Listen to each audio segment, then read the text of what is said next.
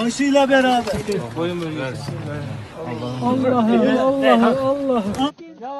Thousands of buildings were reported collapsed in a wide area extending from Syria's cities of Aleppo and Hama to Turkey's Diyarbakir, more than 330 kilometers, 200 miles, to the northeast. In Turkey alone, more than 5,600 buildings were destroyed, authorities said. Hospitals were damaged, and one collapsed in the city of Iskenderun. Bitterly cold temperatures could reduce the time frame that rescuers have to save trapped survivors, said Dr. Stephen Godby, an expert in natural hazards at Nottingham Trent University. The difficulty of working in areas beset by civil war would further complicate rescue efforts, he said. Offers of help, from search and rescue teams to medical supplies and money, poured in from dozens of countries, as well as the European Union and NATO.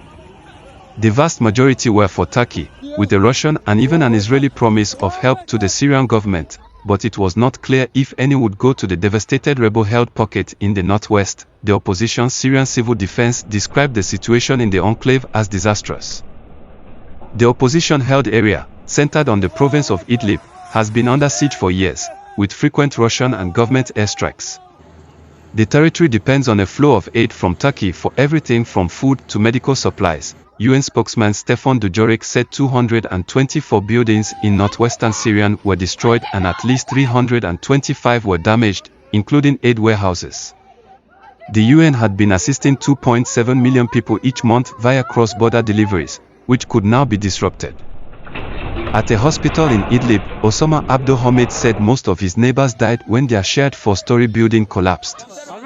As if rescuers in Turkey and war-ravaged Syria searched through the frigid night into Tuesday, hoping to pull more survivors from the rubble after a 7.8 magnitude earthquake killed more than 4,000 people and toppled thousands of buildings across a wide region. Authorities fear the death toll from Monday's pre-dawn earthquake and aftershocks would keep climbing as rescuers looked for survivors among tangles of metal and concrete spread across the region beset by Syria's 12-year civil war and refugee crisis. Survivors cried out for help from within mountains of debris as first responders contended with rain and snow. Seismic activity continued to rattle the region, including another jolt nearly as powerful as the initial quake. Workers carefully pulled away slabs of concrete and reached for bodies as desperate families waited for news of loved ones. My grandson is 1.5 years old. Please help them, please. They were on the 12th floor. Imran Bahor wept by her destroyed apartment building in the Turkish city of Adana on Monday. Tens of thousands who were left homeless in Turkey and Syria faced a night in the cold.